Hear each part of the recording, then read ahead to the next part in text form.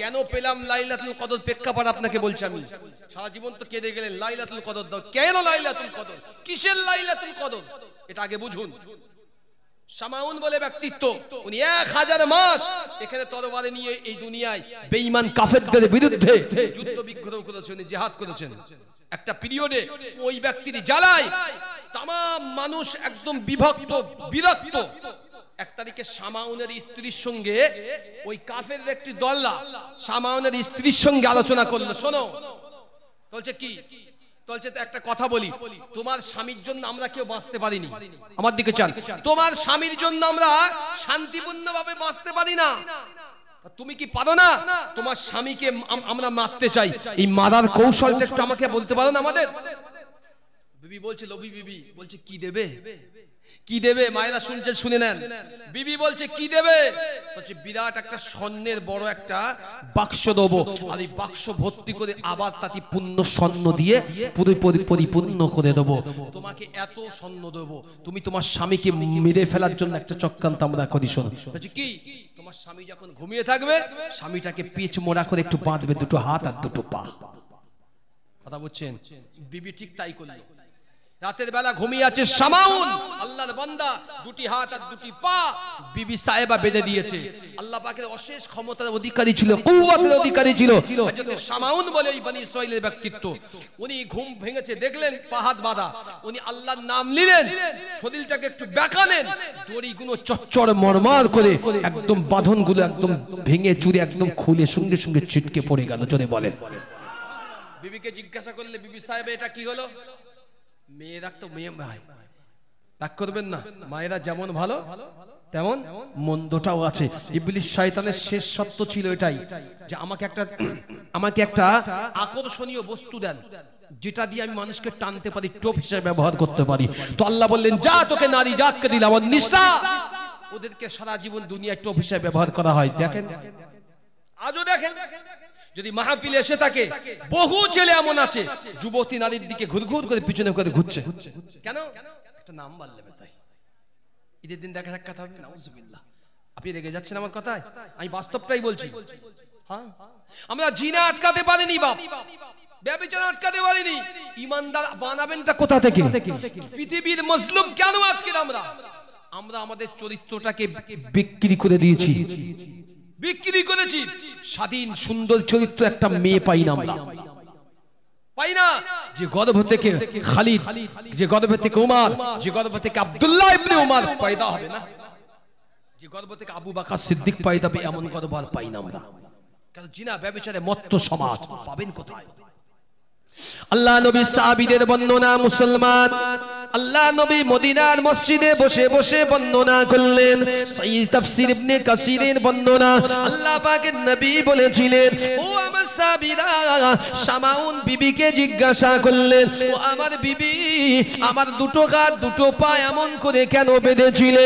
বিবি সাহেবা বলেছিলে, ও আমার স্বামীনি, শুনে রেখে দেন, আমি আপনার শক্তিটাকে পরীক্ষা করতে দেখলাম আপনি বড্ড বেশি শক্তিশালী। কাফের বেঈমানদের কাছে খবর চলে গেল শামাউনের বিবি তাকে বেঁধেছিল দড়ি দিয়ে, কিন্তু না না না না, তার শক্তির কাছে পরাজিত হয়েছে। এবার বেঈমানরা যুক্তি করলো, শামাউনের বিবির কাছে বড় বড় শিকল, লোহার শিকল দিয়ে বড় বড় একটি শিকল বানিয়ে দিল, তুমি তোমার স্বামীকে দুটি গা দুটি পা শিকল দিয়ে ভালো করে বেঁধে দেবে। ও নওজওয়ানেরা, যুবকেরা, শামাউন রাতের বেলা ঘুমিয়ে আছে, আল্লাহর বান্দা শুয়ে আছেন, বিবি দুটি হাত দুটি পা ওই লোহার শিকল জিঞ্জির দিয়ে বেঁধে দিয়েছে।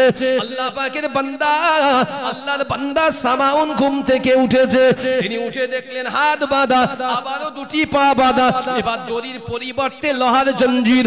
আল্লাহর নামটাকে স্মরণ করলেন, শরীরটাকে একবার বেঁকালেন, আল্লাহ রাব্বুল আলামিনের কুওয়াতে ক্ষমতায় শামাউন আবার পুনরায় লোহার জঞ্জির গুলো চূর্ণ বিচূর্ণ করে দিলেন। জোরে বলেন, আরো চিল্লে বলেন সুবহানাল্লাহ। এই যুবকেরা শুনে রেখে দাও, লাইলাতুল কদর করে লাফিয়ে যায়। লাইলাতুল কদরটা কোথা থেকে এলো? কি জন্য আমাদের উপরে আসলো? কেন আল্লাহর নবী দোয়া আল্লাহর কাছে চাইলো? শামাউনের আবার বিবির ওই কথা বেঈমানদের কাছে পৌঁছে গেল। এবারে আসরে নামলো স্বয়ং ইবলিস শয়তান মানুষের সুরাত ধরে গিয়ে বনি ইসরাইলদের কাফেরদের কাছে পৌঁছে গেল। বনি ইসরাইলেরা শুনে রেখে দাও, শামাউনকে এভাবে তোমরা মারতে পারবে না। শামাউনের বিবির কাছে যাও, গিয়ে জিজ্ঞাসা করো, তোমার স্বামীকে জিজ্ঞাসা করো কোন জিনিসটা দিয়ে তোমার স্বামী পরাস্ত করা যেতে পারে, কি দিয়ে স্বামীকে বদলে তোমার স্বামী সেটা খুলতে পারবে না। কথা বুঝছেন? কে গেল? ইবলিস শয়তান। যখন বনি ইসরাইলরা পাচ্ছে না মানুষটাকে মারতে, ইবলিস গেল।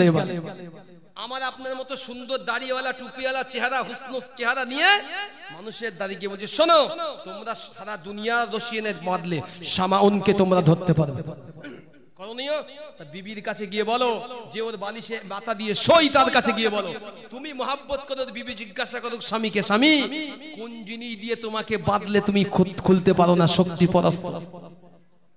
আল্লাহ রাসূল বললেন তাফসীরের কথা, হযরতে শামাউনের 8টি গচ্ছ ছিল চুলের, মানে চুল ছিল, চুলের 8টি গোছা ছিল বাঁধার মতো, খুব বড় বড়। তিনি রাস্তা দিয়ে যখন হেঁটে যেতেন শামাউন, তার চুলের গচ্ছগুলো এই জমিনের সঙ্গে ঠক্কর খেত। জোরে বলেন, এটা আল্লাহ পাকের বড় নিয়ামত। শুনে না দেখুন, শুনেছেন কি বলতে পারবো না কখনো। শামাউনকে যখন বিবি বলল, স্বামী তোমাকে পরাস্ত করতে পারে কি দিয়ে বাঁধলে তুমি খুলতে পারো না, শামাউন বলল, আমার এই চুলের গচ্ছ দিয়ে যদি আমাকে কেউ বাঁধে তো আমি খুলতে পাই না। বিবি বুঝতে পারলো। বিবি রাতের বেলা 4টে গচ্ছ নিয়ে 2টো হাত বাঁধলো, আর 4টে গচ্ছ দিয়ে 2টো পা বাঁধলো। কাফেরদের খবর দিল, কাফেররা এসে শামাউনকে ধরলো, ধরে আর খুলতে পারলো না। নিয়ে গিয়েছে বিরাট ময়দান, কিতাব পড়বেন একটু, বিরাট ময়দানে নিয়ে গিয়েছে। সেই জায়গাটা হচ্ছে জবাইখানা, মানে পশু জবাই করে। সেই জায়গাটার এক একটি পিলিয়ার হচ্ছে 400 ফুট উচ্চতা, এক একটি এত বড় ছাদ 400 ফুট উচ্চতা উঁচু এক একটি পিলিয়ার। সেই বিরাট কসাইখানায় নিয়ে শামাউনকে শুইয়ে ফেলেছে। প্রথমে শামাউনের জিহ্বার একটি সামান্য অংশ কেটেছে, তারপরে কানের একটি অংশ কেটে নিয়েছে কাফেররা। কেটে বলছে, এই শামাউন তোর এত ক্ষমতা, তোর এত ক্ষমতা, তোর প্রভু তোর রব দেয়, ওই ক্ষমতাটা আজকে দেখা। সামনে একবার কারোর দিকে তাকালেন না, শুধু নিজের বিবির দিকে একবার তাকালেন, তাকিয়ে বলছি, বিবি তুমি আমাকে শেষমেশ করলে, তবে মনে রেখে দিও অমাকারু অমাকারাল্লাহ আল্লাহু খায়রুল মাকিরিন। চলে বলেন আল্লাহর চাইতে বড় অভিভাবক কেউ আছে নাকি? এই আল্লাহ যেটা পারেন তার থেকে কেউ আপনারা পারেন নাকি? আমি পারি নাকি? মনে রেখে দাও, আল্লাহর বিরুদ্ধে কেউ যেতে পারবে না।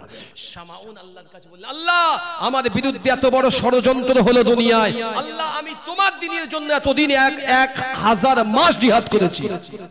আল্লাহ আজকের দিনে একবার দোয়া চাচ্ছি, আল্লাহ তুমি আমার এই বাঁধনটা খোলার ক্ষমতা দাও, আর আল্লাহ আমি যেন এত ক্ষমতা দাও এক একটি পিলিয়ার উঁচিয়ে যেন ওই কাফেরদের উপরে নিক্ষেপ করে দিতে পারি। আল্লাহ তার দোয়াটাকে সাথে সাথে কবুল করে নিলেন। যদি বলেন